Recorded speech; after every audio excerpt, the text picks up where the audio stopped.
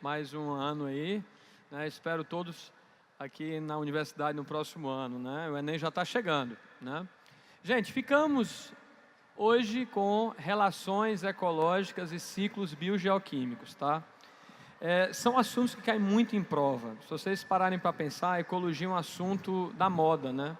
Então, a gente está na era da biologia. Nós já passamos por várias eras, né? Nós já passamos pela era da química, depois a era da física, e a gente, sem dúvida, está na era da biologia, né? A gente nunca escutou falando tanto sobre isso. Biotecnologia, relações ambientais, efeito estufa, aquecimento global, e a gente está nessa era, né? E como está nessa era, é muito importante a gente conhecer bem os termos ecológicos, os termos biológicos, para a gente se dar bem na prova, né? Então, estamos com esse assunto, que na verdade, esses dois assuntos, que são relações ecológicas e ciclos biogeoquímicos, tá? Que são muito importantes em prova. Posso garantir para vocês que quase todo ano esse assunto vem se repetindo, tá? Então, quanto mais vocês saberem um pouquinho sobre isso, melhor para a gente conseguir a nossa tão sonhada aprovação, né?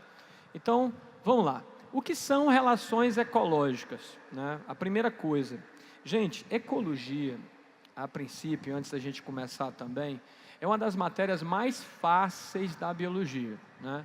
Então, quando a gente pergunta, por exemplo, para um aluno que está se preparando para o vestibular, estudou biologia um pouquinho, se a gente chegar para ele e perguntar, diz uma coisa, da matéria toda da biologia, qual é o assunto mais fácil para você? Muitas vezes a resposta é ecologia. E você sabe o que é interessante? Ecologia, para os alunos, corresponde à matéria mais fácil. Do ponto de vista estatístico, é um dos assuntos que cai mais na prova. E interessante, é o que o pessoal mais erra. Isso é diferente, né? Porque é a matéria mais fácil por vocês, é a matéria que mais cai, ou seja, vai cair para você ecologia no Enem e outros vestibulares, tá? E às vezes você erra. Por que você erra? Porque às vezes você não conhece o conceito. Você acha que conhece, mas na verdade não conhece o conceito. Então hoje, seria muito interessante a gente sair daqui classificando legal as relações ecológicas, tá? Ter uma boa noção do que é uma relação, entender o conceito dela, para não perder uma questão que é considerada fácil na prova, né? Então vamos lá. Primeira coisa, relações ecológicas, antes de mais nada, são relações biológicas. Tá? Vamos entender. Eu vou colocar um monte de exemplo aqui, tá certo? São vários exemplos que eu vou colocar aqui para a gente tentar entender da melhor forma possível, tá? Mas relações ecológicas, a princípio, de imediato, são relações entre seres vivos. Por exemplo, vamos criar um exemplo qualquer agora. Um leão, tá certo? Ele abate uma zebra, ele mata uma zebra e começa a comer a zebra, certo? Aí não querendo comer todo, acabou já estando satisfeito, ele vai embora. A hiena, que olhando de longe, acabou vendo a cena e foi à zebra para conseguir comer um pouco dessa zebra. Aí eu pergunto, qual é a relação ecológica entre a hiena e a zebra? Vamos de novo. O leão matou a zebra, tá? Matou a zebra e começou a comer. Não comeu toda. A hiena, vendo a situação, viu que o leão deixou a carcaça da zebra, foi até lá e alimentou-se dela. Qual é a relação entre a hiena e a zebra? Será que a gente sabe qual é essa relação? Muita gente pensa assim, é comensalismo, não sei o quê, mas na verdade não tem relação nenhuma. Por que não tem relação nenhuma? Por uma razão muito simples, a zebra está morta, tá certo? Então, como eu acabei de falar para vocês, relações ecológicas são relações entre seres vivos. Então, se são entre seres vivos, a relação entre aquele ente vivo com o ente morto não existe, tá? O que é aquilo então? Olha, tudo bem, é um ato de alimentar, tá certo? Mas não é de forma alguma uma relação ecológica que a gente vai ver aqui. Porque as relações ecológicas todas são relações entre seres vivos. A primeira coisa que você tem que saber, a regra número 1, tá? Muito bem. As relações ecológicas, elas podem ser de dois tipos. O primeiro tipo que a gente vai ver são relações intraespecíficas. O que são relações intraespecíficas? São relações que ocorrem dentro da própria espécie. Por exemplo, Nós aqui, eu e vocês estamos tendo uma relação aqui intraespecífica. Eu e vocês pertencemos à mesma espécie, tá? Uma relação que temos nesse ambiente, do Paulo Sarazate, é uma relação intraespecífica, tá? Existe uma outra relação que é interespecífica, mas a gente fala já já. As relações intraespecíficas, aquelas que podem ocorrer dentro da própria espécie, tá? Elas podem ser de dois tipos. Elas podem ser harmônicas e elas podem ser desarmônicas, tá?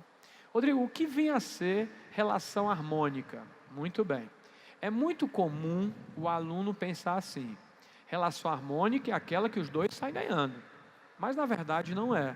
Relação harmônica, gente, são aquelas relações onde ninguém perde, tá?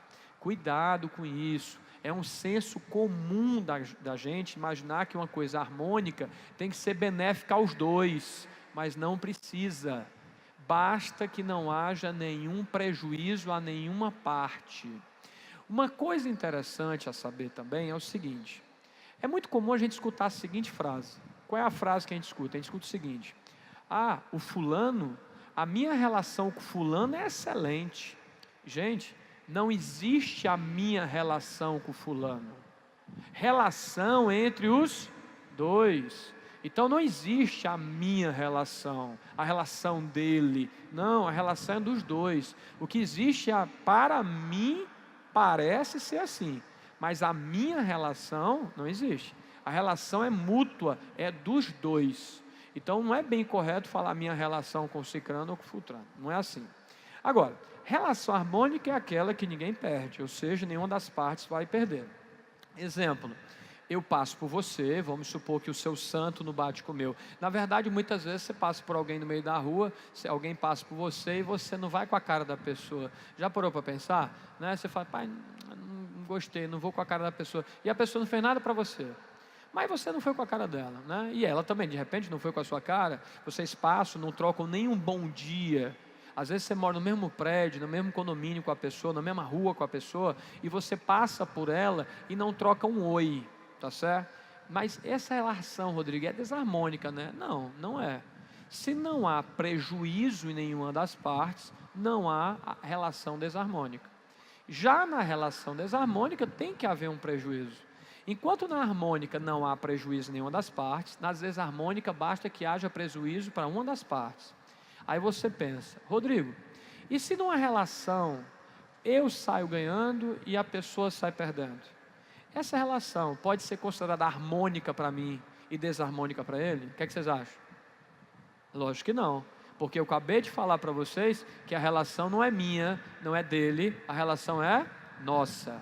Então, se a relação não é minha, não é dele, mas é nossa, então é evidente que a relação será desarmônica, porque nessa relação alguém saiu perdendo. Mesmo que você tenha ganhado, se ele perdeu, a relação é desarmônica. Tá bom?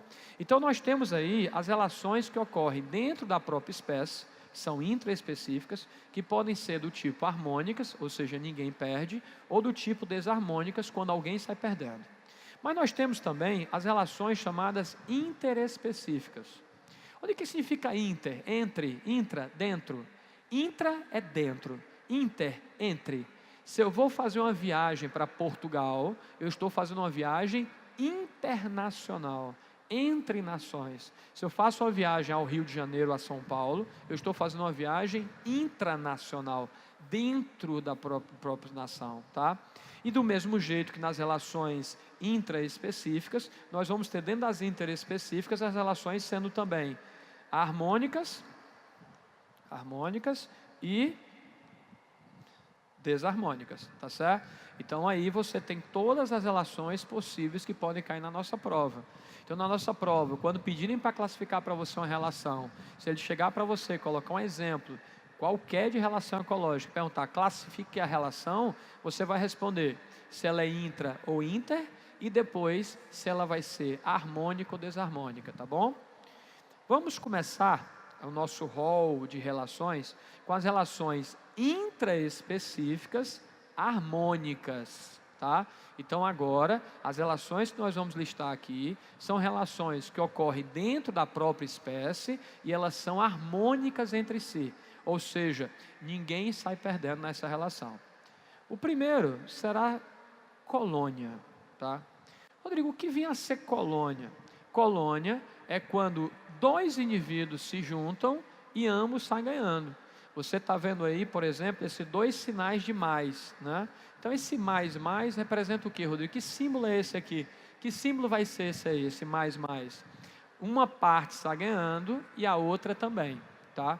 Então, ela vai ser harmônica, não porque os dois estão ganhando, mas porque ninguém saiu perdendo. Na colônia, gente, nós vamos ter rapidamente, daqui a pouco eu falo melhor, mas quando um grupo de indivíduos se unem, mas não tem uma hierarquia funcional entre eles, tá bom? Já a outra relação que nós vamos ter é sociedade, tá? E também uma relação positiva para ambos. Então, nós temos a sociedade, que também é positivo para ambos. Rodrigo, como eu vou saber se é sociedade ou colônia? Na colônia não tem hierarquia funcional, mas na sociedade existe.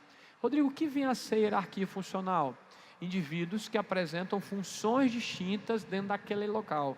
Por exemplo, eu, a princípio, estou com uma função distinta de vocês. Estou aqui ministrando aula, vocês estão aí assistindo a aula, né? Assistindo a aula para conseguir a nossa tão sonhada aprovação. Então, são papéis diferentes, há uma hierarquia funcional. Eu não irei fazer a prova, eu preparo vocês a prova, vocês irão fazer a prova. Então, são níveis funcionais diferentes, tá bom? Então, vamos dar uma olhada mais perto, né? Vamos a colônia. Como eu disse, colônia não há hierarquia funcional. Então, essa primeira imagem que você está vendo aí é uma colônia de bactérias. Na verdade, algumas colônias bacterianas, tá? Então, não existe dentro das bactérias uma bactéria rei, uma bactéria rainha, uma bactéria mãe. Não existe. Na verdade, todos os indivíduos daquela colônia têm a mesma hierarquia funcional.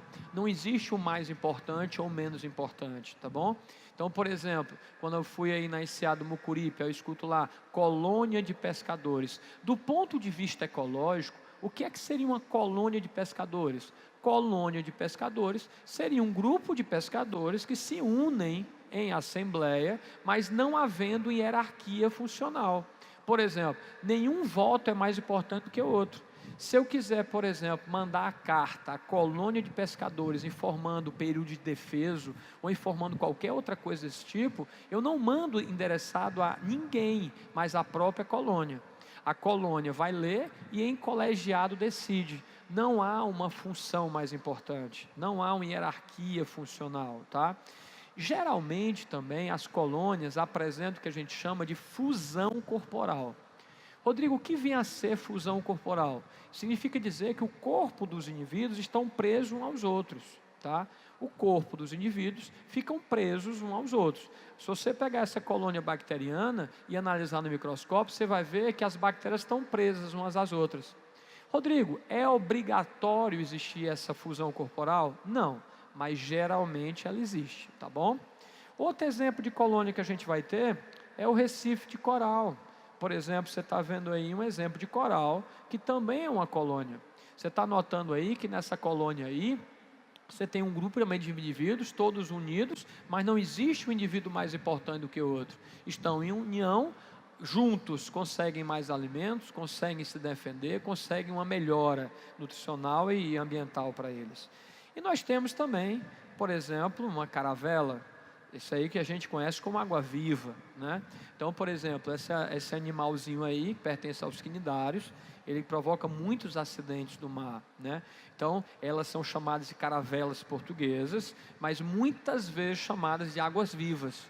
De vez em quando a gente até vê-las lá na praia, entalhadas na praia e tal. Mas olha que interessante, alguns desses animais, na verdade não é um só, são colônia, né? A caravela não é um animal, mas uma colônia de animais. Alguns responsáveis por essa flutuação, outros responsáveis pela captura alimentar. Então, quer dizer, são indivíduos diferentes, com funções, olha só, diferentes, mas nesse caso estão na mesma hierarquia funcional. Isso é interessante você perceber. A caravela, por exemplo, ela tem uma diferença de função. Por exemplo, alguns animais da caravela estão mais responsáveis por gerar essa flutuabilidade. Outros vão estar responsáveis mais pela parte reprodutora e outros vão estar responsáveis mais pela parte de captura e defesa do animal. Olha que interessante, mas todos estão no mesmo nível hierárquico, não existe o mais importante ou o menos importante, tá? E isso tem que deixar isso bem claro, tá bom? Agora vamos para a sociedade, né? Vamos pegar exemplos de sociedade. Primeiro, as abelhas. Muito comum o aluno errar. Na verdade, muitos alunos acham que as abelhas vivem em colônia. Galera, não viaja. O que elas vivem é na colmeia, tá certo? A colmeia é a casinha delas, mas elas são seres sociais. Tanto é que eu estou lhe mostrando aí 3 castas diferentes. Estou lhe mostrando uma rainha, estou lhe mostrando um zangão e uma operária. Gente, existe uma hierarquia funcional, existe uma função mandatória, existe alguém que coordena o processo. Por exemplo, a rainha é uma grande coordenadora. Eu não sei se vocês sabem, mas sem a presença da rainha, muitas vezes a colmeia dissipa, morre, desaparece. Então a presença da rainha é quase que fundamental para que a colmeia continue existindo. Não confunda, a abelha é um ser social, tá? Outro, também você tem as formigas e os cupins. Por exemplo, olha só, eu não sei, esse eu acho que é o cupim. Esse aí, por exemplo, é uma rainha. Essa aí é uma rainha. Olha o tamanho da rainha comparado com as operárias. Então você está notando aí, por exemplo, que a rainha, ela tem uma casta maior, ela tem uma função maior. Parece que todas estão a servi-la. Então, na verdade, ela está mais com a função de ordenar o processo, né? Então, é um ser social também. E, obviamente, nós temos também nós, o homem, tá certo? Nós, os homens, aqui que estamos dentro de uma sociedade, cada um com uma função. Nós vamos, inclusive, passar agora para o processo de sucessão governamental. Vamos eleger governadores, presidentes, deputados, senadores, ou seja, porque são funções distintas, funções diferentes das nossas aqui nesse momento. Então, nós temos uma hierarquia funcional, nós somos um ser social. Nós somos tão sociais, gente, que se você resolver se banir, você falar assim, eu vou morar só, você praticamente vai beirar a loucura. Você basicamente vai criar um personagem, você vai criar um Deus para ficar contigo, você vai criar qualquer coisa, mas você vai conversar com alguém, você vai criar, como vê no filmes, por exemplo, o cara pegando um coco e transformando em pessoas falando com um coco, mesmo que ela fale só, tá certo? Nós somos seres sociais, independente de qualquer situação de distúrbio mental, nós somos seres sociais. Então, as pessoas que não conseguem se socializar, elas são pessoas que vão ter um problema, um déficit, tá? Desenvolvimento. Deixa eu ver aqui. Falar um pouco mais. Tá. Falar um pouquinho mais alto, né? Desculpa, gente, perdão. Só um pouquinho mais alto aí que o pessoal está reclamando. Tá bom. Então, nós somos seres sociais, tá bom? Então, vamos lá. Vamos falar agora de relações intraespecíficas desarmônicas agora. São ainda estamos dentro da própria espécie, só que agora alguém vai sair perdendo, tá bom? Então vamos começar agora com o canibalismo. Rodrigo, como é o canibalismo? Explica pra gente. O canibalismo é uma relação positiva ou negativa. Como assim? Positiva para quem come, negativa para quem é comido. Não é verdade? Então, no canibalismo, você tem uma relação desarmônica, porque aquele que é comido não gostou muito da história, não é verdade? Ele vai até achar ruim. E aí nós temos, por exemplo, a competição, que é a tensão com a competição. Hoje em dia, pela doutrina majorante, né, nós temos menos. Como assim menos, Rodrigo? Quer dizer que os dois saem perdendo? Mas na competição não tem quem ganhe? Verdade. Existe uma doutrina tradicional que traz essa ideia de que a competição ela é positiva ou negativa. Positiva para aquele que ganha, negativa para aquele que perde. E parece óbvio, e até óbvio, né? Mas tem um pequeno detalhe. Qual é o detalhe que a gente tem que notar? Imagine que eu vá a uma competição, eu vou lutar jiu-jitsu, tá certo? Então eu entro na competição e eu acabo ganhando a competição. Então eu sou o vencedor daquela disputa. Mas na saída da disputa, mesmo eu vencendo, o meu vigor está baixo. Eu levei umas torções, levei umas pancadas, eu tenho problemas, eu não estou igual, eu não estou pronto para começar de novo outra. Por quê? Porque eu tive um certo prejuízo. Óbvio que o vencedor tem um prejuízo menor, um prejuízo atenuado, é uma coisa óbvia. Mas a princípio, isso que é importante você notar, que hoje existe uma tendência a entender que a competição é negativa para ambos os lados. Mesmo aquele que ganha, sai prejudicado. Você tem, por exemplo, exemplos de leões marinhos, que quando chegam à praia, não deixam nenhum macho desembarcar. Só fêmeas podem chegar naquela enseada que eles estão. Só fêmeas. Qualquer macho que chega ali na areia, ele vai tomar partida e vai quebrar o pau com ele, vai brigar, tá certo? E aí, Rodrigo? E aí, vai quebrar, vai brigar, e aí, vai ganhar, não vai não? Às vezes, quando ele ganha a disputa da temporada, na hora que é para ele casalar com as fêmeas, ele está tão cansado que chega a morrer de exaustão. Ou seja, não chega às vezes nem a acasalar. Ou seja, houve uma perda. Agora, lógico que na nossa prova a gente não sabe o que vai vir. É uma prova que pode vir tendenciosa. A princípio, a competição, no início, era considerada positiva ou negativa. Aquele que ganha, ganha positivamente, e aquele que perde, perde, fica negativo. Porém, questões mais atuais vêm trazendo a competição como negativo para ambos os lados. Vamos guardar isso, tá bom? Então, negativo para ambos os lados. Vamos falar de canibalismo, né? Como é canibalismo? Canibalismo é quando eu mato da própria espécie. Não interessa a razão, mas eu matei e comi da própria espécie. Uma coisa que vocês têm que notar e têm que guardar na cabeça é: o agente da ação não precisa ser o mesmo que vai praticar a outra. Deixa eu deixar claro isso, que isso é pegadinha. Não sei se vocês lembram, mas creio eu que em Recife foi preso uma quadrilha, um casal, acho que foram 3 pessoas, foi um trio na verdade, não lembro bem, mas não sei se vocês lembram, há uns 2 anos, 3 anos atrás, um trio ou um casal em Recife que pegava as pessoas, transformava em carne moída e vendia esfirra no meio da rua. Vocês estão lembrando disso? Vocês lembram assim? Lembram de uma situação dessa? Porque aconteceu, acho que foi uns 2, 3 anos atrás. Inclusive eu estava vendo um jornal um dia desse, mostrou o casal lá, do trio, que fazia. Então o que é que eles faziam? Eles sequestravam pessoas, matavam as pessoas na casa delas, transformavam em carne moída, tinha lá um moedor de carne, tá certo? Creio eu que a carne moída humana deve ser igual ao do boi, porque o tempero é que vai dar o gosto. Nós e os bois somos mamíferos do mesmo jeito, então não sei se a diferença é tão grande assim.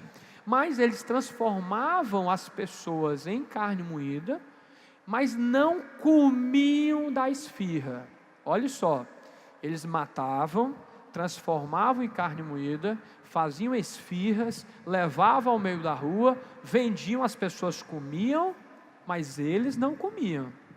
A pergunta que eu faço a vocês é: a pessoa que está comendo a esfirra, eu passei no meio da rua, vi a esfirra, achei bonita, comprei e comi, não sabendo que é de carne humana, mas eu comi, pratiquei o ato. Me diga, eu que comprei a esfirra, sou canibal? O que vocês acham? Balança a cabeça assim ou assim, só para eu ter uma noção. Vocês acham que eu sou canibal? Sim ou não? A resposta é sim, eu sou canibal. E por quê? Não foi você que matou? É aí onde entra a observação que eu disse agora. O agente que causa a primeira ação não tem que ser o mesmo que causa a segunda. Você tem que interpretar o seguinte: a relação é intraespecífica. Qual foi a espécie que matou o homem? A espécie humana. E qual foi a espécie que se alimentou do homem? A espécie humana. Eu não sei se vocês sabem, por exemplo, mas quando eu tenho um casal de leões, você tem um leão e uma leoa, quem que sai à caça, a maioria das vezes, é a leoa. O leão fica lá, na sombra. A leoa vai lá, corre, caça, gasta a energia dela, e quando ela caça e abate a presa, o leão vai lá e come primeiro. Bota a leoa para correr, quem come é ele. Só depois ela come. Nesse caso, quer dizer então que o leão não é um predador? Não, é sim. Ah, mas não foi o leão que matou. Não interessa. O que interessa é a espécie. Entendem isso? Porque, por exemplo, eu contrato pessoas para um abatedouro, eu não como frango, vamos imaginar que eu não como frango, mas aí eu sou o único funcionário do abatedor de frango na cidade, e eu abato o frango, mas não como frango. Quem come o frango são os moradores da cidade. Então quer dizer que eu não estou predando o frango? Eu estou causando predatismo. Está entendido? Porque a relação é entre as espécies, tá? Intraespecífica. Então você está vendo aí, por exemplo, um urso polar devorando, por exemplo, um outro urso, tá bom? Aí nós temos aí, por exemplo, a antropofagia, né? Nós temos, por exemplo, vocês sabem que aqui no Brasil existia várias tribos, né, antropofágicas, né? Inclusive um bispo, o primeiro bispo a ser comido no Brasil, literalmente devorado pelos índios, o sobrenome dele, Sardinha, né? Bispo Sardinha lá em Salvador, aí encalhou lá, veio nadando e os índios lá o devoraram. Logicamente que eles devoraram com outras ações. As razões mais religiosas, achavam que iam conseguir outras coisas devorando o corpo daquele ser vivo. A questão não é essa. A questão é que, se um ser humano mata outro ser humano e dele se alimenta, isso é canibalismo, tá? Rodrigo, e se eu tivesse na seguinte situação? Eu estou numa praia deserta, uma praia que só tem areia, não tem nem coco, só tem areia, um banco de areia gigante. Vamos pegar uma situação bem fictícia, bem doida para entender. E aí, vem um corpo boiando do mar até a praia. Quando eu acordo, tá certo? No outro dia eu vejo aquele corpo de uma pessoa morta ali. Estou morrendo de fome. Eu vou comer. Rodrigo, e aí? Você está fazendo canibalismo nesse caso? O que é que vocês acham? E agora, nesse caso, vocês acham que é canibalismo? Estou eu num banco de areia, e aí vem um corpo, tá certo, boiando lá, o mar atrás, e encalhou lá na praia, eu fui lá, estou com fome, e como, tá certo? Como? A minha pergunta é, e aí, nessa situação, eu sou canibal? Não, não sou canibal. Por quê, Rodrigo? Não está dito que fui eu que matei. Não foi dito que a espécie humana matou. Pode ter sido uma morte natural, tá certo? Então, para se evidenciar canibalismo, eu, espécie, não eu, Rodrigo, eu, espécie, tenho que matar da própria espécie e assim me alimentar. Tá bom? Vocês entendem? Por exemplo, outra coisa que aconteceu, a gente sabe que na China colonial, tá certo? Existia também umas questões de crescimento, de religiosidade, entre outras coisas, e às vezes alguns fetos, algumas crianças eram abandonadas. E essas pessoas que lá estavam, comiam esses fetos, comiam crianças, né? Faziam sopa do neném, da criança e comia. Isso aí é canibalismo? Depende. Se foi morto pelo ser humano, será. Agora, se foi causas naturais e dali eu me alimentei, isso aí já não é canibalismo, é antropofagismo. Eu sou antropofágico, eu me alimentei do ser humano, mas não pratiquei o canibalismo, que é o caso do banco de areia que eu falei para vocês. Então, no banco de areia, o corpo chegando lá e eu comendo, será chamado de antropofagia, mas não canibalismo, tá bom? Aí você tem algumas situações aí. Competição. Competição é, quando é que a gente compete? Quando a gente quer a mesma coisa, né? A gente vai competir sempre que eu e você queremos a mesma coisa. Por exemplo, eu e você queremos a mesma mulher. Eu e você queremos aquele mesmo espaço. Eu e você queremos aquele mesmo alimento. Então, dependendo da situação, nós vamos entrar em competição. Tá certo? Então, os 3 níveis de competição intraespecíficos, lembrando que nós estamos na competição intraespecífica, tá? Dentro da própria espécie. Então, os 3 níveis, os 3 fatores motivacionais da competição é competição sexual, competição alimentar e competição territorial. Quando eu falo em competição, ela não precisa ser violenta, não. Por exemplo, quando as mulheres vão a uma festa, são convidadas a uma festa, geralmente, isso homens também podem fazer, embora eu não faça, mas podem ser feitos. Geralmente acontece mais isso com mulheres. Que é o que, Rodrigo? Eu vou pensar logo de imediato qual é o vestido que eu vou. Geralmente o homem não está nem aí para isso. Ele escolhe o vestido, roupa 1 hora antes da festa. Mas a mulher geralmente vai falar, não, qual é a roupa que eu vou? Vixe, aí pergunta para qual é a roupa que ela vai, e não sei o quê, porque para não repetir a roupa, tá certo? Então você fica olhando o brinco, se você usa o brinco aqui ou esse brinco, se o sapato você vai usar esse ou aquele, você fica na dúvida, é uma dúvida cruel. Por que você fica nessa dúvida cruel? Não, Rodrigo, mas é porque eu estou afim de um rapaz e eu quero que ele me veja linda. Você acha mesmo que ele vai reparar você no seu brinco ou no seu sapato? Se ele gostar de você, se você for de Havaiana, ele vai ficar contigo. Só que a questão é que quando você bota um brinco, você bota um sapato, você bota uma roupa daquelas, você na verdade, você está competindo com outras pessoas para que ele olhe para você. Então é muito comum você entender que esse hábito de se arrumar para ir para a festa, para ir para a noite, para conquistar alguém, é um hábito de competição, tá certo? É uma competição, não é violenta, mas é uma competição sutil e suave, né? Nós temos a competição também alimentar. Por exemplo, você pega, eu gosto de usar esse exemplo, porque esse exemplo é muito legal.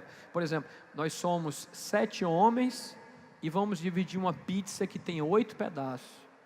E cada um com mais fome do que o outro, tá certo? Então o que é que acontece? Existe quase uma regra universal entre os homens que o último pedaço é de quem pegar primeiro. A gente brinca muito com isso. Lógico que é brincadeira, mas é muito acirrado quem quer ficar com o último pedaço, né? Então, por que a gente briga pelo último pedaço? Ora, porque todo mundo quer aquele pedaço, né? Uma fatia de pizza só não enche nem um buraco do meu dente, como se fala muito aqui, certo? Então, o que acontece? Nós queremos aquela fatia, então a gente briga por ela. Não precisa brigar, a gente briga, né? É capaz de ninguém comer, tá certo? Mas a gente tem uma certa competição para aquela fatia de pizza que sobrou. E nós temos a competição territorial. A competição territorial é uma das mais violentas que a gente pode ter. Tá certo? Não é à toa que todas as grandes guerras mundiais são derivadas de competição territorial. Hoje nós temos guerras, por exemplo, com Israel e Palestina, até hoje por questões territoriais. Não é só religiosidade não, é territorial, porque eu quero aquele lugar, porque naquele lugar tem uma coisa que eu quero, mas ou seja, é um local. É uma coisa, é um espaço que eu desejo. Mas o outro não vai deixar, porque está de posse. Então é complicado. Geralmente as guerras a nível mundial são travadas por território. Tá certo? Então, competição. Você está vendo 2 leões aí brigando por leoa. Você está vendo em competição humana.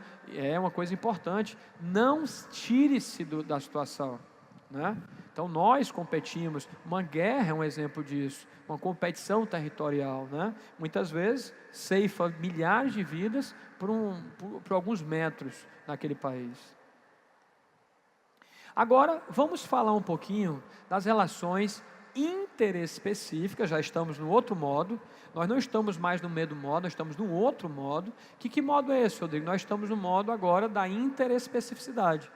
Até então a gente estava dentro da própria espécie. Agora as relações que nós vamos ver são relações que acontecem entre espécies diferentes. Por exemplo, nós aqui estamos tendo uma relação intraespecífica. Lá em casa eu com o meu cachorro tenho uma relação interespecífica. Então vamos começar com as interespecíficas harmônicas. Então todas as relações que nós vamos ver aqui são relações que acontecem dentro da própria espécie ou entre espécies diferentes. Espécies diferentes e todas são harmônicas, ou seja, ninguém vai perder. Vamos começar com a protocooperação. Na verdade, vamos botar protocooperação logo e mutualismo, porque são duas muito parecidas, tá? Se você olhar, tanto a protocooperação quanto o mutualismo são relações benéficas a ambas as partes. Então os dois saem ganhando, tanto um quanto o outro vai sair ganhando na relação. Qual é a diferença rápida aqui, nessa primeira tomada de lista, da diferença entre os dois? O mutualismo tem uma obrigatoriedade na relação. Enquanto na protocooperação não existe essa obrigatoriedade, no mutualismo há uma obrigatoriedade na relação. A gente vai entender já já como funciona. Outra relação que a gente vai ver é o inquilinismo. Eu acho que vocês já escutaram falar sobre inquilino. O que é o inquilino? Por exemplo, se eu tenho minha casa própria, eu não sou inquilino, porque a casa é minha. Mas se a casa que eu moro não é minha, eu sou inquilino. Inquilino do dono da casa. Então, inquilino é aquele que vive na casa de outro, ou no outro. Nesse caso, o inquilinismo. Que é uma relação positiva, e neutra, no caso aí. Rodrigo, mas no inquilinismo humano é positiva? No inquilinismo humano, na relação de aluguel, é positivo, mas não é inquilinismo. No aluguel, o que você tem é uma protocooperação. No aluguel, é uma protocooperação. Embora você chame a pessoa de inquilina. A gente vai falar já esse negócio aí. O epifitismo é a mesma coisa.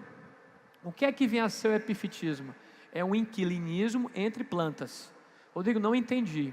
Quando você tem uma relação de inquilinismo, onde uma planta vive sobre a outra, sem lhe trazer prejuízo, você está diante do epifitismo. A gente vai ver já uma por uma. Aí nós temos também o comensalismo. Rodrigo, o que é um comensal? Sal, a princípio, é comida.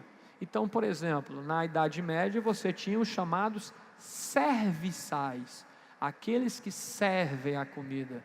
O que seria o comensal? Aquele que come o resto. Né? E aí faz sentido, né? Quando você vê na Idade Média, por exemplo, aqueles banquetes reais enormes, cheios de comida. Ora, se eu fosse um cara da corte, eu ia fazer comida para sobrar, porque se sobrasse ia para mim, né? Então você tinha os comensais que comiam os restos alimentares, tá? Então o comensal é isso, é aquele que se beneficia e o outro é indiferente.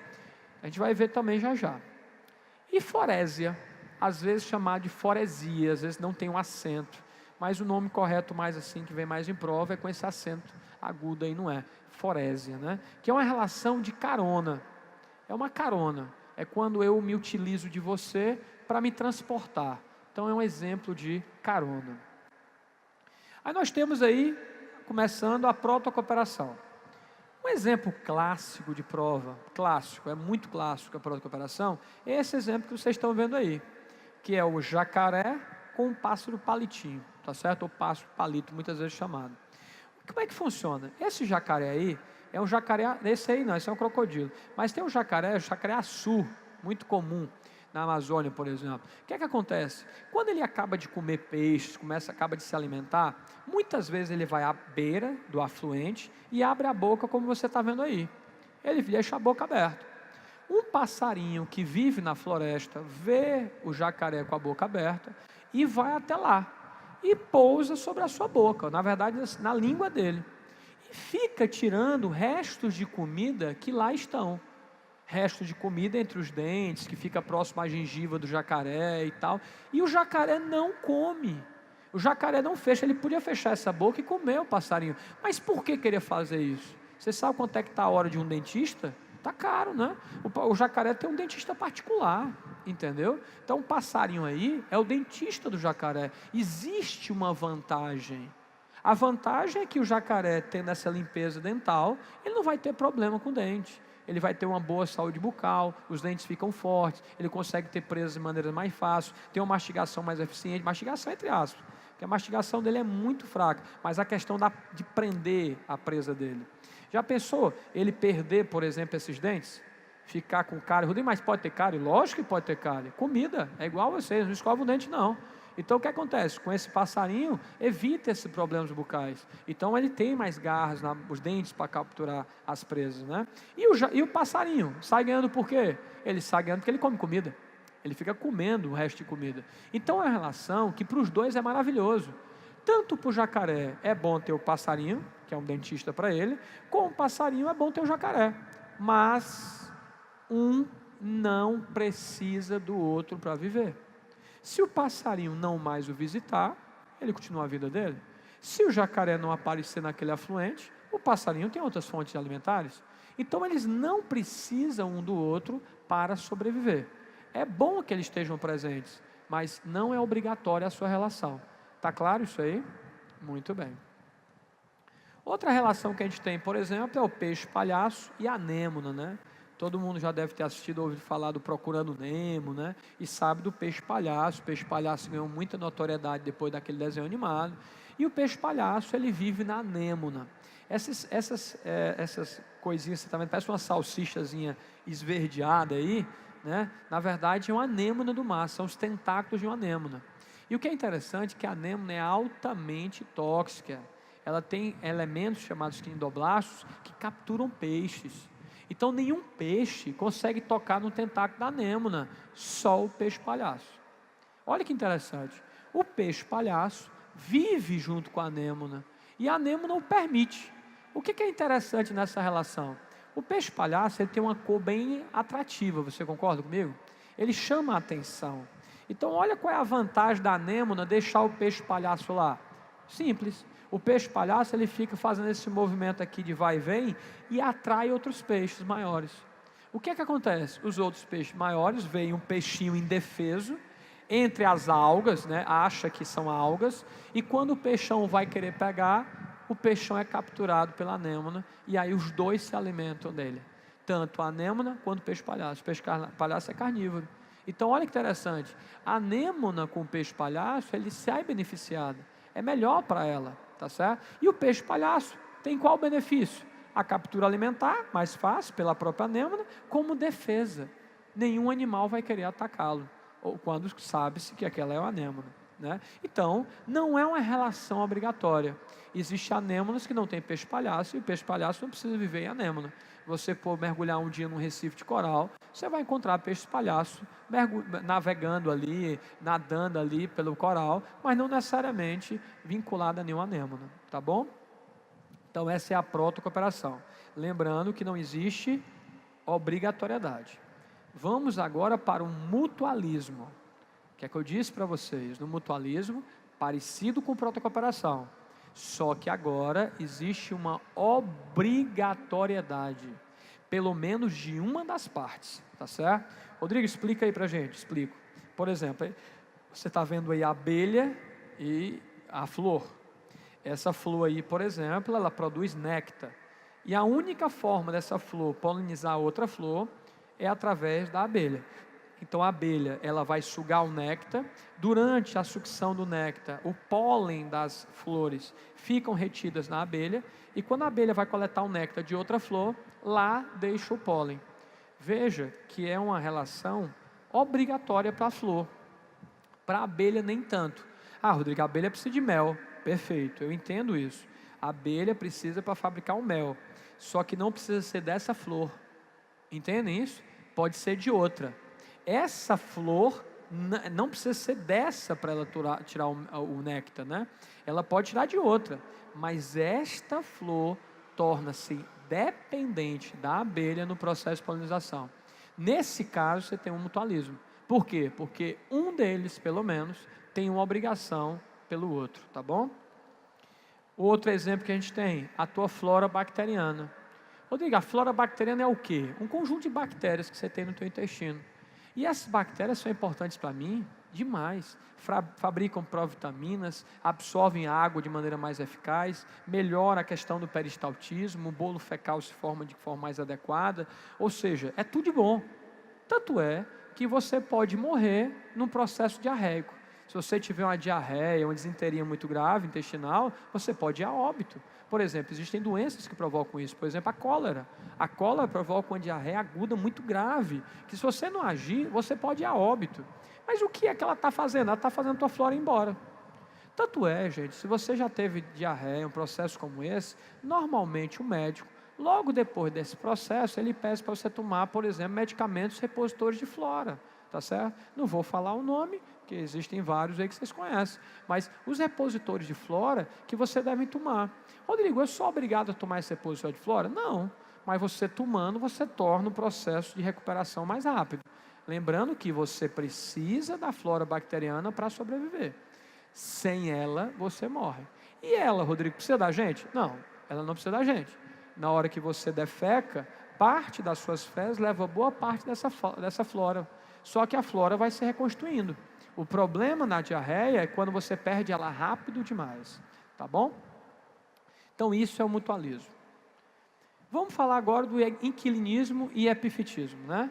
Então, por exemplo, você tem um exemplo do pepino do mar e um peixezinho muito conhecido como peixe-agulha, tá certo? Fiastra. O peixe-agulha, gente, ele é um peixinho que vive dentro do pepino do mar. Essa conchinha escura que você está vendo aí, parece uma concha, na verdade é um animal, tá bem? É um animal, ele é o pepino do mar. O pepino do mar, ele tem um estômago bem grandão dentro dele. E esse peixinho vive dentro do pepino do mar. Rodrigo, mas o pepino do mar não digere ele não? Não. E ele come o pepino do mar? Não. Então, simplesmente, o pepino do mar permite que o peixinho fique dentro dele, porque não lhe traz prejuízo algum.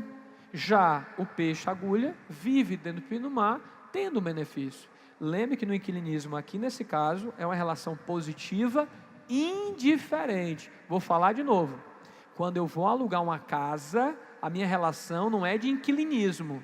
Eu posso me chamar de inquilino, tudo bem, socialmente a gente chama, mas ecologicamente não é uma relação de inquilinismo, é uma relação de protocooperação. Por quê, Rodrigo? Porque no inquilinismo o hospedeiro não tem benefício, ele nem se beneficia e nem prejudica, para ele é indiferente. Então uma relação para você ver se é inquilinismo ou não, é só ver essa diferença, se existe um ganho para o hospedeiro ou se não existe esse ganho para o hospedeiro, tá bom? Então, relação de inquilinismo aí. Oi. Obrigado. Deixa eu ver aqui, gente, um minutinho.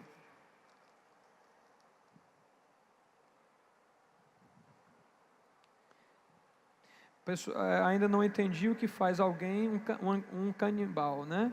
E por que os indígenas antropofônicos não serem considerados como... Não, mas vamos lá, então olha só. Canibalismo é quando eu mato da própria espécie e como. Os índios antropofágicos eram canibais. Eles eram canibais, tá? Então, quem levantar essa pergunta aqui é só lembrar. Se eu matei da própria espécie e comi, sou canibal. Acabou-se, fim de papo. Mas se eu como da minha própria espécie, não necessariamente eu sou canibal. Como eu falei, eu estava num banco de areia lá, e um corpo chegou até mim. Não foi um ser humano que matou aquele corpo. Ele pode ter morrido afogado naturalmente. Só que eu comi o corpo humano, eu fiz antropofagia, mas eu não pratiquei o canibalismo, tá? Já o canibalismo eu tenho que matar e comer da minha própria espécie, tá bom? Espero que tenha ficado entendido. Outro exemplo também do inquilinismo, gente, é o seguinte, não precisa ser um animal vivo, mas ter sido um animal vivo, hoje em dia já se aceita. Por exemplo, o paguro. Esse caranguejinho que você está vendo aqui à sua direita, ele vive dentro de uma concha de um caracol que já morreu. Aí, nesse caso, é considerado inquilinismo, tá certo? Mas é um caso muito particular, tá? Muito particular. Vamos ver aqui a orquídea. Pronto, nós temos as orquídeas que vivem sobre outras plantas, mas não lhe carretam prejuízo. Nesse caso, é um inquilinismo no reino vegetal. Sendo inquilinismo no reino vegetal, nós chamamos de epifitismo.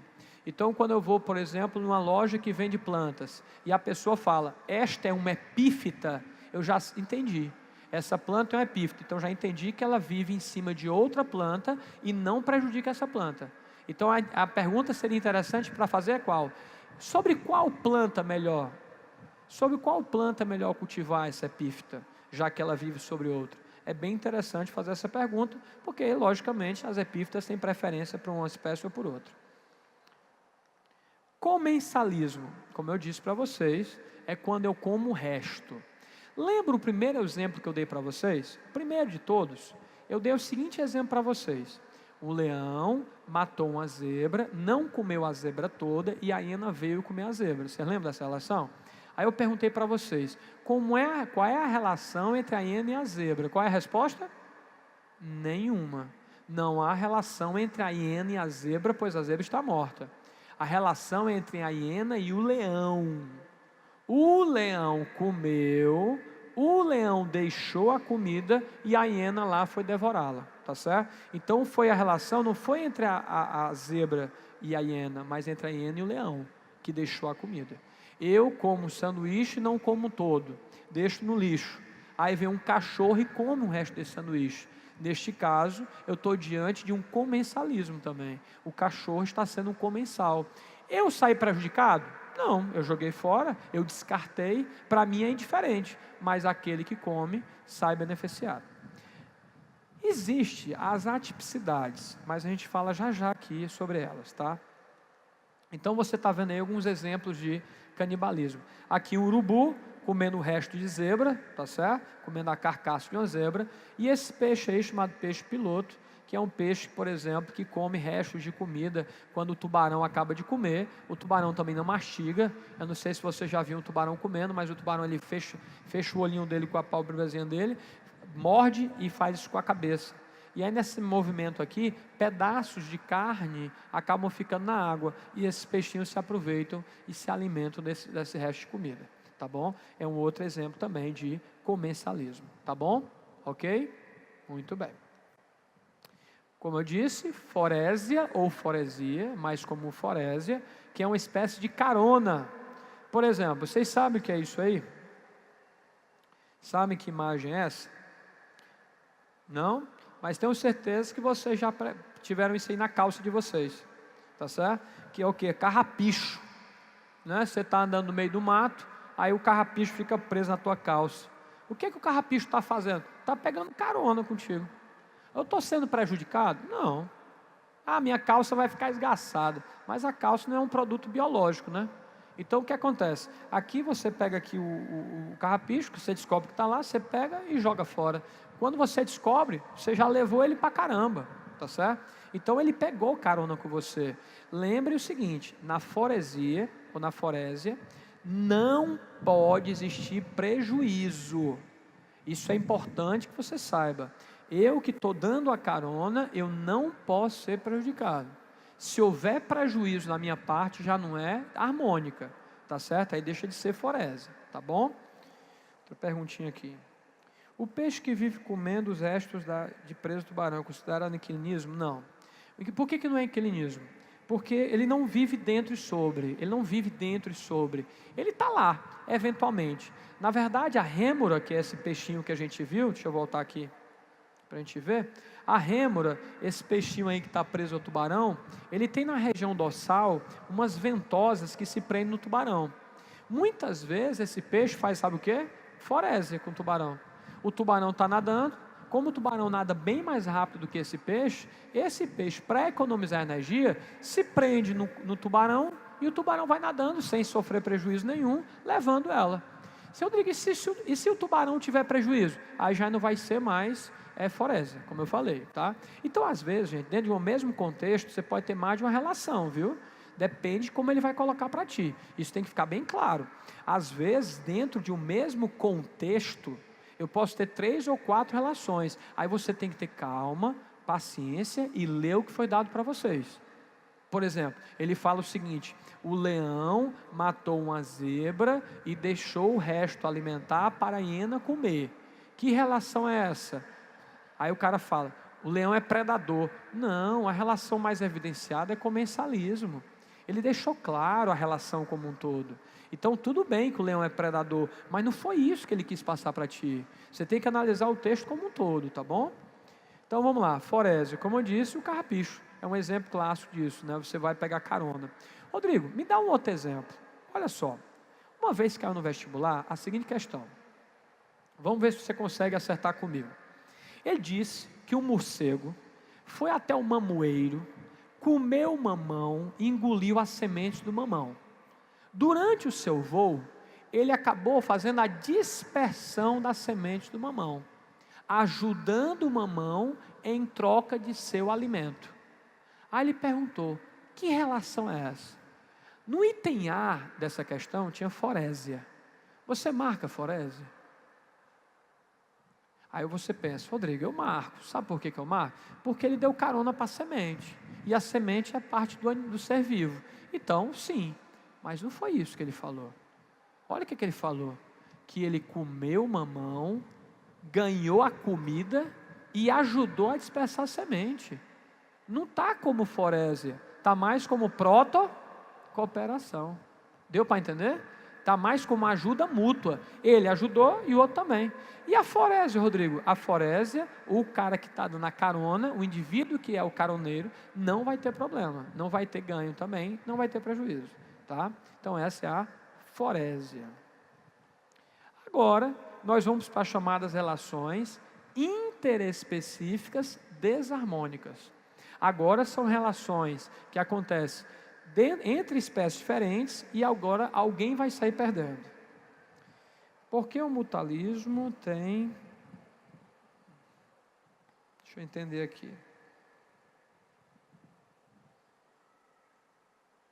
Não estou entendendo muito bem não, gente. Se puder mandar de novo, manda de novo, porque eu não estou entendendo aqui o que está escrito aqui. Porque o mutualismo tem não sei, não estou entendendo não. Tu consegue ver o que está aí? Cara, obrigado aí. Obrigado. Se conseguir traduzir aí para mim. Então, deixa eu botar aqui. Gente, olha só. Então, relações interespecíficas desarmônicas. Então, ó, entre espécies diferentes, mas alguém vai sair perdendo agora, tá bom? Vamos lá. Vamos começar com o predatismo. Rodrigo, o que é predatismo? É uma relação positiva ou negativa. Positiva para aquele que preda, negativo para aquele que é predado, aquele que é comido, consumido. Na verdade, hoje em dia, o predatismo está além do hábito alimentar. Por exemplo, vamos imaginar que eu detesto carne de jacaré. Eu não como carne de jacaré de forma alguma, detesto. Mas eu sou um comerciante de couro de jacaré. Então eu vou a um afluente do Amazonas, vou lá e mato um monte de jacaré, tiro o couro dele e faço bolsa, sapato, cinto, mas não como a carne. Eu não fui predador do jacaré, não? Fui. Onde mais tu não comeu? Pois é. Hoje, a questão do predatismo é uma relação maior. Ela não está presa apenas à questão alimentar, mas sim de obtenção de material biológico. Se você obter material biológico para o seu bem, para o seu consumo, então nesse caso você está provocando predatismo, tá bom? Predatismo em relação positiva ou negativa. Competição. Rodrigo, de novo, sim, mas agora competição interespecífica, entre espécies diferentes. E acontece, lógico que acontece. Por exemplo, você vê documentário da Discovery, da National Geographic, ou qualquer documentário desse que possa aparecer por aí na TV aberta ou fechada. Às vezes você vê, por exemplo, um animal predador matando uma presa, e logo em seguida um outro animal que é predador também vem e briga para conseguir essa mesma presa. Briga pela comida. As próprias hienas podem pegar a comida do leão, mesmo antes deles começar a comer. O leão mata uma gazela. Antes dele começar a comer, a hiena vem lá e rouba a carcaça. Não uma, 10 hienas contra 10 contra 1. Mas é uma competição, tá? Então pode acontecer sim. Lembra? Negativo, negativo, tá? Parasitismo. No parasitismo você tem uma relação positiva e negativa. Positiva para o parasita, negativa para o parasitado, né? A gente vai ver um por um. Amensalismo, também chamado de antibiose. O que é que vem a ser o amensalismo? O que é que vem a ser a antibiose? Na verdade é a mesma coisa, só que nessa relação aí geral, você vai ter que, quando eu desenvolvo, eu atrapalho o seu desenvolvimento. Durante o meu desenvolvimento da minha espécie, eu acabo atrapalhando o desenvolvimento de outra espécie. É uma relação negativa para aquela que está desaparecendo e neutra. Rodrigo, mas neutra por quê? Porque assim, de maneira clássica, gente, eu não posso sair beneficiado. Se eu me beneficio da sua morte, não vai ser amensalismo.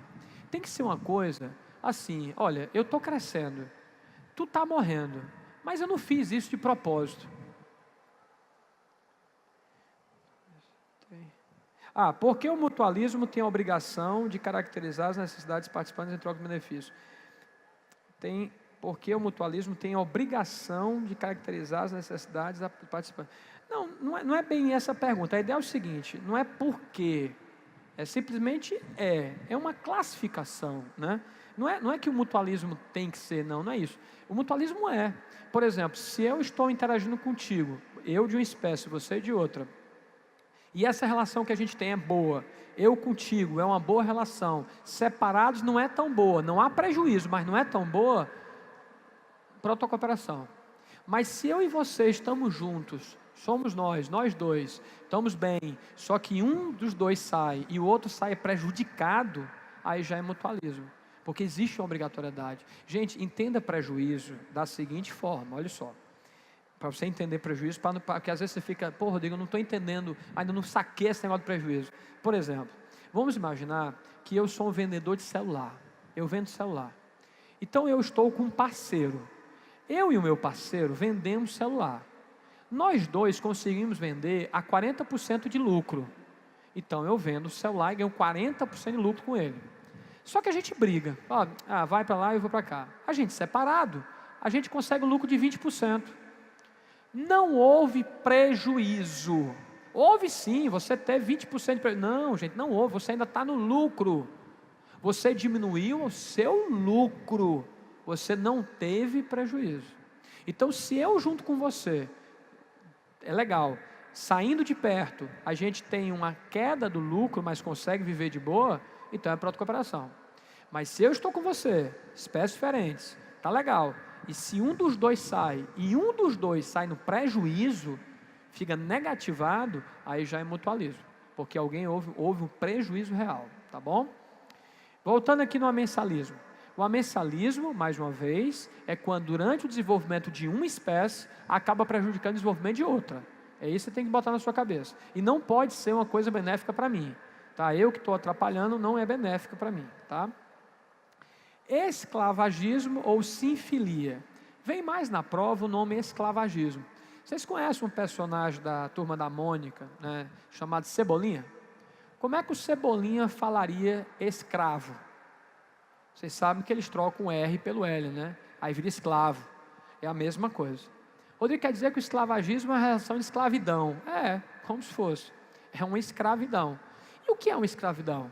É quando eu me utilizo do seu trabalho. Eu posso fazer o que você faz, mas eu me utilizo do seu trabalho. Eu ganho, vamos ver aqui, eu ganho me utilizando do seu trabalho e você perde, tá? Rodrigo, mas qual é a diferença do escravo para, por exemplo, um trabalhador? Um trabalhador é um protocooperação, porque eu sou o dono da empresa, você vai trabalhar para mim, então eu te pago o salário e você paga a sua mão de obra, certo? É uma ajuda mútua. No escravo, eu não te pago nada, eu te mantenho na subsistência, eu não te dou nada, eu só te mantenho na sobrevivência. Isso é o que a gente chama de esclavagismo. A gente vai ver já uma por uma. Vamos começar com predatismo. Então você está vendo aí, por exemplo, uma leoa tentando casar e pegar uma zebra e abater uma zebra, né? Eu sei que é o mais clássico de todos, mas não precisa ser isso, tá, gente? Por exemplo, quando a gente come hambúrguer, nós estamos predando a vaca. Aí você fala, não fui eu que matei a vaca. Aí lembra que eu falei no começo, não precisa ser o mesmo agente. Aquele que mata não precisa comer, mas a espécie humana matou a vaca, transformou em hambúrguer e comeu. Então, neste caso, é predatismo. Quando você come um hambúrguer, come um churrasco, come uma planta. Eu digo, eu sou vegano. Predatismo do mesmo jeito. Você está comendo um ser vivo, você está comendo alface, está comendo tomate, está comendo. É um predatismo do mesmo jeito. Não muda, tá? Só muda o alimento. Eu sou um predador carnívoro, sou um predador herbívoro, sou um predador onívoro, que come tudo, tá certo? Então, o predatismo é o mesmo, tá bom? Então, é aquela história, como você está vendo aí, quando uma espécie mata outra e come, tá? Rodrigo, se ele só matar é assassinato. Se ele só matar é assassinato. E só quem pratica assassinato é o homem. É um homem. Não, Rodrigo, não é não. Eu já vi assassinato, eu já vi um documentário, por exemplo, de dois ursos pardos brigando ali e um matou o outro.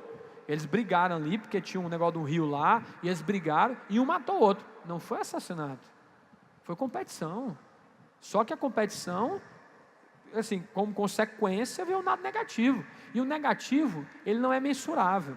Quando você vê positivo e negativo, o negativo não é mensurável. O positivo não é mensurável. Pode ser muito bom, pode ser excelente, pode ser só um pouquinho bom. Quando é negativo, pode ser um pouquinho ruim, muito ruim ou morte. Então, por exemplo, quando você viu os dois ursos se matando lá e um matou o outro, tá certo? Nesse caso, não houve aí um assassinato, houve aí uma competição. Por quê? Por um local, por uma fêmea, por alguma coisa ali qualquer, mas uma competição. Rodrigo, não, mas temos outro. Eu tenho outro exemplo para você, quer ver? Eu estava fazendo uma trilha em Guaramiranga, estava com meu MP3, meu som, tocando aqui, e aí eu estava andando, escutando e tal, e uma jararaca me pegou, e eu morri. Estou falando aqui em espírito. E aí? Não foi assassinato não, a jararaca não me assassinou não. Não, competição territorial. Você que estava com o fone no ouvido e não escutou ela fazendo o chocalhozinho dela. Que ela estava lá fazendo...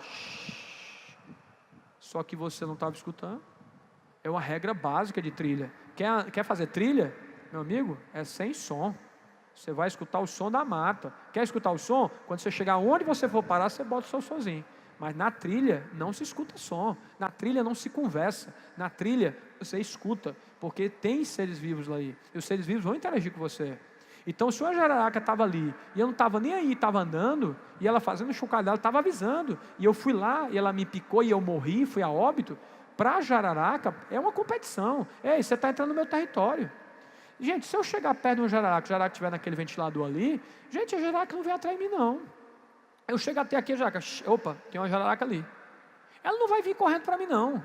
Ela está lá, tá certo? Ela está no espaço dela. Ela está avisando para tu não ir. Você que não deu bola, entendeu? É simples assim, tá? Outro exemplo aí, um tubarão e um foquinha. Foquinha não, esse bichinho aí, né? O leão marinho, certo? E aí você tem esse bichinho aí, outro predatismo. Nós somos predadores também, né? Eu já acho que ficou bem claro. Aí nós temos estratégias de predatismo. Nós temos estratégias, tá certo? Nós temos adaptações para essa questão do predatismo. Porque se você parar para pensar, o predatismo é o que a gente tem para conseguir comida. Principalmente se você não é autótrofo, né? O que é um ser autótrofo? Aquele que fabrica o seu próprio alimento. Vocês já sabem disso. Autótrofo é aquele que fabrica o seu próprio alimento. Nós não somos. Então todos aqueles que não são autótrofos, digamos assim, devoram comida, comem outros seres. Na verdade, o autótrofo não precisa devorar ninguém, porque ele faz seu próprio alimento. Você não. Então você vai ter que usurpar, você vai ter que roubar, vai ter que tirar, vai ter que matar para conseguir. Seja uma planta, seja um animal. Nós somos assim. É o que faz. Nós fazemos isso. Só que nós temos que ter estratégia. Tanto estratégia de defesa quanto de ataque. Logicamente que o ser humano, por ser um ser bem superior aos demais, nós terceirizamos isso. Nós fizemos uma terceirização. Tipo assim, eu falo para você, olha, não precisa procurar com comida não, que eu faça a comida para você. Você vai fazer outra coisa, porque nós somos seres sociais e nós fizemos essa divisão de tarefa. Mas na natureza em si, a maioria das vezes, cada um é por si. Não é verdade? Cada dia é um dia de sobrevivência. Quando o animal acorda no outro dia, ele não sabe se ele vai durar o dia inteiro. Ele pode morrer naquele dia. Então, existem estratégias adaptativas muito importantes no processo. Por exemplo, aposematismo. O que vem a ser aposematismo? Olha só, é quando a gente utiliza cores de alerta. Quando você tem umas cores como essa, você está dizendo para todo mundo, ei, cuidado comigo. Eu, no mínimo, sou venenoso. Não chegue perto de mim, tá certo? Então, o aposematismo é um exemplo de adaptação que os animais fazem para alertar os outros seres, para dizer assim, olhe, chegue perto de mim não, se chegar perto de mim você vai se dar mal, porque eu sou no mínimo venenoso, e no máximo eu sou peçonhento, e no máximo eu sou predador, chegue perto de mim não. Rodrigo, qual é a diferença entre venenoso e peçonhento? Tem diferença? Tem. O animal venenoso, como o nome diz, possui veneno. O animal venenoso é aquele que tem veneno. E o peçonhento? Aquele que é capaz de inocular o veneno. Por exemplo, se você pegar essa cobra coral aí que você está vendo, ela é venenosa e peçonhenta, porque ela consegue inocular o veneno. Na verdade, quando você fala peçonhenta, você já está dizendo que ela é venenosa, você concorda? Que ela tem veneno, inocula, tá? Já esse sapinho aí que você está vendo, eles são venenosos. Eles não são peçonhentos, eles não têm a capacidade de inocular o veneno, embora vocês não devam pegar, porque às vezes só o fato de você pegar, ele consegue penetrar, o veneno consegue penetrar. Não é um animal que inocula, não é um animal que introduz o veneno em você, mas só o fato de você pegar algumas espécies de sapos como essa, você acaba recebendo uma dose tão grave, tão alta, que você pode inclusive ir a óbito. Tá certo? Então muitas espécies dessas aí você não deve tocar na mão, não deve nem pegar, não deve tocar nelas, tá bom? Cogumelo aí também, cogumelo por exemplo altamente alucinógeno, né? Daí tira vários produtos como LSD entre outros. Aposematismo é uma adaptação. Tanatose é interessante. O que vem a ser a tanatose, Rodrigo? É fingir de morto. Olha só, daria para ganhar um prêmio, não? O sapo fecha o olho e dorme, fica assim, ó, paradão, tipo assim, eu morri. Gente, muitas espécies fazem isso. Você faz isso. Você faz isso.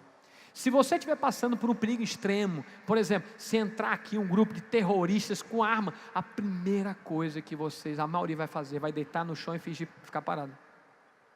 Não vai mexer um músculo. E se o cara chegar perto de você, você não vai estar com o olho aberto. Você vai fazer o quê? Você fechou o olho. Por quê? Você faz tanatose. O ser humano faz tanatose. É uma estratégia de sobrevivência. Muitas vezes, gente, você é um animal como outro qualquer. Você tem instinto, você é um animal, só que você é dotado de inteligência superior. Você tem noção que você existe. Você planeja o futuro. Um animal convencional não faz isso. Eu não falo em inteligência. É bem errado falar, o homem é um animal inteligente. Não é bem correto falar isso. Se você fala que você é um animal inteligente, está dizendo que os outros são burros. E não é assim. Inteligência todos têm. A diferença é que você tem consciência de sua existência. O seu cachorro não planeja amanhã, ele só vive hoje. Você planeja amanhã, ele não, tá certo? Então isso é que nos faz diferentes. Isso é que nos faz sermos humanos, tá certo? E tanatose, uma estratégia bacana. Dá para ganhar um Globo de Ouro, não é não? O animalzinho é bem inteligente. Camuflagem. Acredite, sabe que animal é esse aí? Vocês estão vendo um animal? Tem um animal aí, é um tronco e tem um lagarto aí. Tem um lagarto bem aí no tronco. Dá para ver até o olhinho verde dele aí, ó, certo? Olha como a camuflagem é perfeita. Outro exemplo de camuflagem, olha aí. O que você está vendo aí? Um polvo, certo? O polvo é um camaleão no mar, certo? Você pode mergulhar, fazer um mergulho, passar por um polvo e nem ver ele. Tá certo? Eles são excelentes na camuflagem. Camuflagem, gente, é uma técnica na qual você quer passar desapercebido. É uma técnica que você quer se passar desapercebido. Vocês entendem isso? Ou seja, eu não quero que você me veja. A camuflagem é uma técnica de invisibilidade. Eu não quero que você me veja, por duas razões.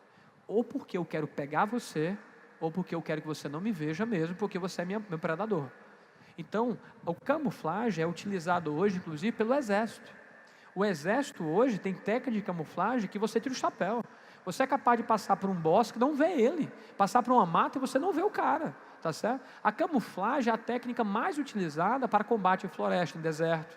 Em deserto, você, por exemplo, olhar uma simulação em deserto da galera treinando, você não vê nem onde é que está o cara. A pessoa leva o tiro sem nem saber. Então a camuflagem é a maneira na qual o animal utiliza para passar desapercebido. Ele não quer que você perceba que ele está lá. Aí nós temos o mimetismo. Só um golinho d'água aqui.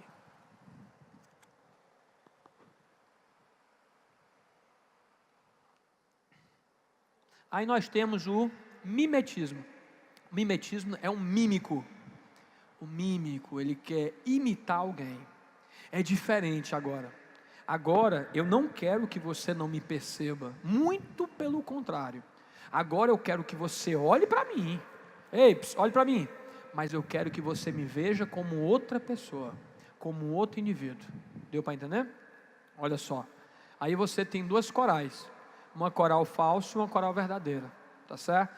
Olha só. A falsa é muito parecida com a verdadeira. Você não sabe a diferença muito. Ah, eu sei, ó, essa lista preta é maior, mas na prática você não vai. Não, é uma face coral, pode pegar. Você não vai fazer isso. A cor imita a verdadeira. Você não vai saber no dia a dia se você está diante da verdadeira ou da falsa. Então é um exemplo de mimetismo batesiano. O que é um mimetismo batesiano? É quando uma espécie inofensiva simula ser uma espécie ofensiva. A falsa coral, ela não tem perigo. Tem o perigo de morder, picar, mas não mata. O veneno que ela tem em você, ela não mata ninguém. Mas a coral verdadeira lhe mata. Então, é uma espécie, a princípio, inofensiva, que imita ser uma espécie muito ofensiva, muito tóxica, muito venenosa. Então, esse é o mimetismo batesiano. Existe outro, existe o mimetismo mulleriano. Como é o mimetismo mulleriano? O mimetismo mulleriano é diferente, porque nesse caso, as duas espécies são ruins, só que elas imitam umas às outras, para que todo mundo saiba, para não chegar perto dela.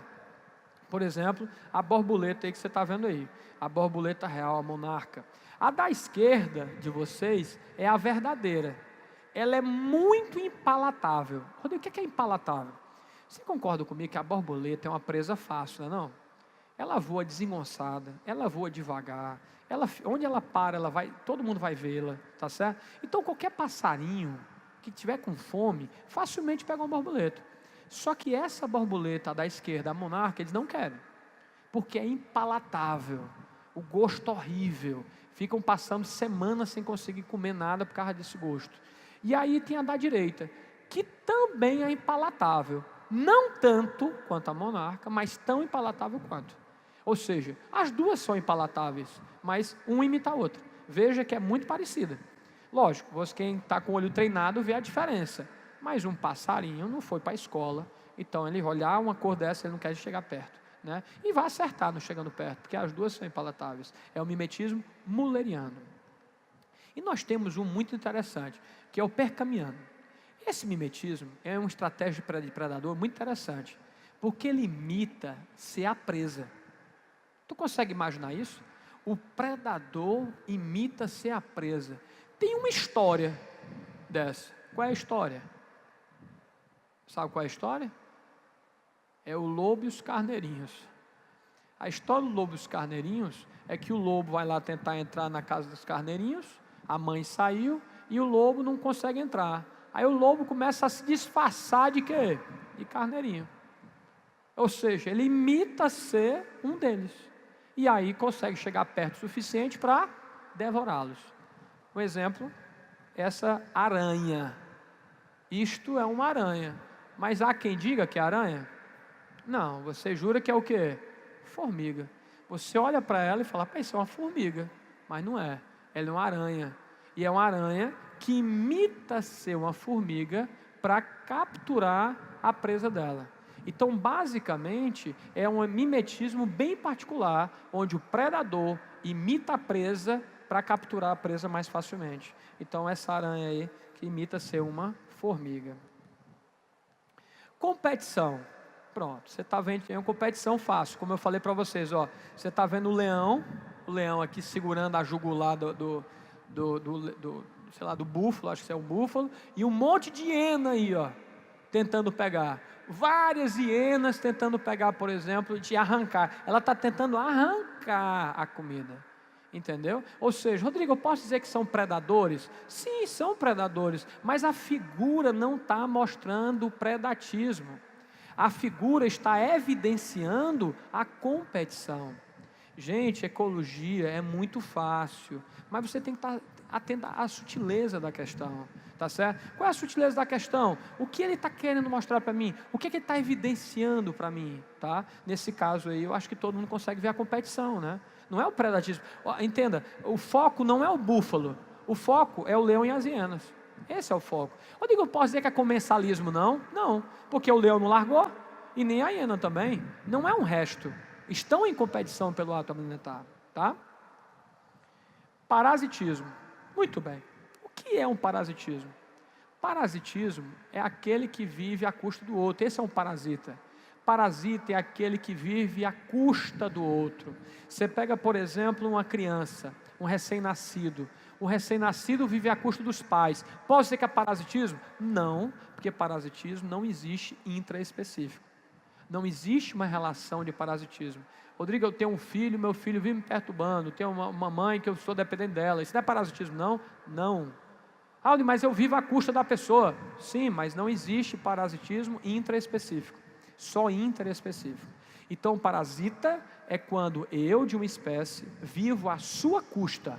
Preste atenção. Eu tenho que viver à sua custa. Custa para você estar presente comigo. Então, por exemplo, um carrapato, tá certo? Um carrapato que se alimenta de sangue e tal, ele vive à sua custa, à custa de um cachorro e qualquer outro 1000 parasitas. Porque existem N tipos de parasitas.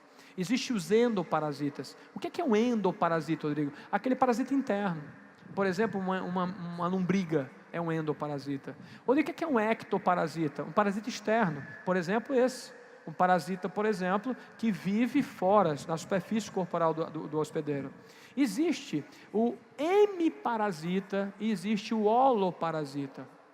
Rodrigo, o que é que vem a ser um hemiparasita e o que é que vem a ser o holoparasita? Hemi quer dizer meio, holo quer dizer total. Rodrigo, não entendi. O cara é parasita ou não é? É. Só que ele pode ser dois tipos de parasita. O parasita completo ou o parasita parcial. O que é o parasita completo? Ele é completamente dependente de você. Completamente. O M é parcialmente. Vamos pegar um exemplo humano para entender. Rodrigo, mas o humano não tem parasitismo, eu sei. Mas só para você entender a relação parasita, como seria. Vamos imaginar que eu sou um M parasita e eu vou parasitar você, tá certo? Então como é que eu faço? Vou todo dia na sua casa, vou à sua despensa, eu vou à despensa da sua casa e roubo arroz e feijão. Quem comprou o arroz e feijão foi você, a custa é sua. Eu vivo à sua custa, você comprou arroz e feijão, está na sua despensa. Mas eu vou na sua casa todo dia e pego arroz e feijão. E eu lá na minha cozinha faço o meu baião de dois. Eu mesmo faço o meu baião de dois. Eu tenho o trabalho de fazer meu baião de dois. Eu roubo arroz e feijão, mas eu faço baião de dois. Isso é um hemiparasita, porque eu tive o trabalho de fazer a comida. O holoparasita seria o seguinte: eu todo dia vou à sua casa. Só que chegando à sua casa, eu não vou roubar o arroz e o feijão. Eu vou pegar o baião pronto. Você fez o baião e eu já peguei o baião pronto. Eu não tive o trabalho de nada. Então o hemiparasita é aquele que parasita, mas tem um trabalhozinho metabólico para fazer ainda. O holoparasita não, ele já pega tudo de pronto. Um exemplo de hemiparasita é a erva de passarinho. Um exemplo de holoparasita é o cipó chumbo, tá bom? É um exemplo disso que tem inclusive no seu material de vocês, tá? Aí nós chegamos no amensalismo ou antibiose. O que vem a ser, gente, o amensalismo ou antibiose? O amensalismo, como eu disse para vocês, é quando durante o meu desenvolvimento eu acabo atrapalhando o seu desenvolvimento. Então, aquela história, a minha presença no local acaba te atrapalhando. Dá um exemplo, Digo. Existe um fungo chamado penicillium, que ele produz um antibiótico muito conhecido, chamado penicilina. Onde o fungo penicillium cresce, as bactérias não crescem. Então, boa parte das bactérias naturais não cresce onde o fungo penicillium se desenvolve. Por isso que ele foi o primeiro antibiótico a ser descoberto e tudo mais. Olha que interessante, fungo, produz uma substância que não deixa a bactéria crescer. Mas o fungo ganha o que com isso? Nada. Simplesmente a substância que ele produz acaba atrapalhando o desenvolvimento do outro, mas não é porque ele quer. Ele não ganha nada matando bactéria. Um outro exemplo clássico, inclusive está no material de vocês, é a maré vermelha. Eu acho que vocês já ouviram falar de maré vermelha, né? A maré vermelha é um outro exemplo disso. É um exemplo, por exemplo, de quando ela tem um boom, a pirrofícia, a dinoflagelada tem um boom demográfico, tá certo? Ou seja, acontece uma expansão da alga no meio marinho, só que essa expansão libera substâncias no mar que são tóxicas para a flora e fauna. Então a maré vermelha, que na verdade vem de uma dinoflagelada, uma alga, tá? Ela libera substâncias tóxicas que acabam matando a flora e fauna no meio. Eu digo, o que é que ela ganha com isso? Nada. Simplesmente a sua produção, o seu desenvolvimento acaba produzindo substâncias que acabam trabalhando os outros. Nós somos a espécie mais amensalista do planeta, porque onde a gente explora imobiliariamente, outras espécies aparecem. Então, quando você vê, por exemplo, doenças que vão aparecendo, na verdade, são seres que a gente vai entrando, nós vamos entrando no mato, na mata, entrando, devastando, desmatando, e aí aquelas espécies que tinham um nicho bem ocupado, vão perder algumas espécies e vão arranjar outro nicho, vão arranjar outro parasita, outro hospedeiro, e aí é onde entra o problema para a gente. Então, isso é amensalismo ou antibiose. Tá aí a maré vermelha como exemplo, né? Essa mancha avermelhada aí. Não precisa ser vermelha não, pode ser também de outra cor também. Aqui, tá. E para terminar, a nossa última relação que temos, tá? Nós temos esclavagismo, também chamado de sinfilia, tá? Como eu disse para vocês, como é que o Cebolinho chama escravo? Escravo. É uma relação de escravidão, literalmente. Como funciona, Rodrigo? Imagine assim, para você entender. Vamos trazer para humano de novo, vamos trazer para a ideia humana para a gente entender. Vamos imaginar que eu tenho um colega meu do lado fazendo uma redação para o Enem. E eu também tenho que fazer uma redação para o Enem. Não no dia da prova, na sala de aula ou aqui mesmo. O professor pede para vocês fazerem uma redação e entregarem para ele. E aí, durante a minha redação, eu estou com cansaço, estou com preguiça, mas eu quero entregar uma redação, eu quero fazer bonito, entregar uma redação qualquer. Mas eu, sem escrúpulo, eu vejo o colega do lado praticamente terminando a redação. E termina. E ele fala para mim, olha, eu vou no banheiro ali, depois que eu voltar do banheiro, eu vou ler e vou entregar para o professor. Eu, mau caráter, faço o seguinte, eu vou pegar a redação dele, apago o nome dele, boto o meu e entrego para o cara. Ou seja, eu podia ter feito a redação, eu posso fazer a redação, aquele trabalho eu posso fazer, mas eu me utilizei do trabalho de outro, entendeu? Então, no esclavagismo, é quando eu posso exercer a função, mas não exerço, utilizando para isso o trabalho do outro. Então, é um esclavagismo, tá? Ou cifilia. Exemplo clássico é o pulgão e a formiga. O pulgão, que é esse bichinho verdinho que você está vendo aí, eles se alimentam de seiva elaborada. E as formigas, tá certo? Gostam de seiva elaborada porque é rica em açúcar. Eu não sei se vocês sabem, gente, mas a formiga, por exemplo, ela é uma fazendeira. Ela desenvolve dentro do formigueiro um fungo. O que ela gosta de comer não é açúcar não, é fungo. Só que ela precisa de açúcar, precisa de folha, precisa dessas coisas para crescer o fungo dentro do formigueiro. Então o que é que ela faz? Ela cava procurando tudo que é canto, que é fonte para o fungo crescer. Tá, Rodrigo, e daí? E daí que nós temos o seguinte mérito. O pulgão, ele é uma ótima fonte de açúcar. Quando as formigas encontram pulgões, elas sequestram pulgões. Elas pegam os pulgões, sequestram o pulgão e levam para dentro do formigueiro. E aí, todo dia de manhã, as formigas levam folhinhas verdes para o pulgão se alimentar. O pulgão se alimenta, defeca uma substância rica em açúcar, que a formiga utiliza para o fungo crescer. Então, tecnicamente, o pulgão, ele não precisava estar com a formiga, ele está em cárcere privado, ele foi sequestrado, ele queria estar na natureza. Mas a formiga se utilizou do trabalho dele. A formiga podia sair do formigueiro para caçar alimento, tá certo? Mas agora, ela tem um pulgão à sua disposição. Então, é uma relação de esclavagismo. Ok, gente, deu para entender? Galera, foi um prazer estar com vocês, foi maravilhoso, espero nos encontrá-los novamente até o Enem. Se não, sintam todos abraçados e contem comigo aí para qualquer dúvida, tá bom? Vou ficar aqui embaixo um tempinho, alguns minutinhos, e aí, um grande abraço para vocês. Beleza? Abraço, obrigado e tenham uma boa prova.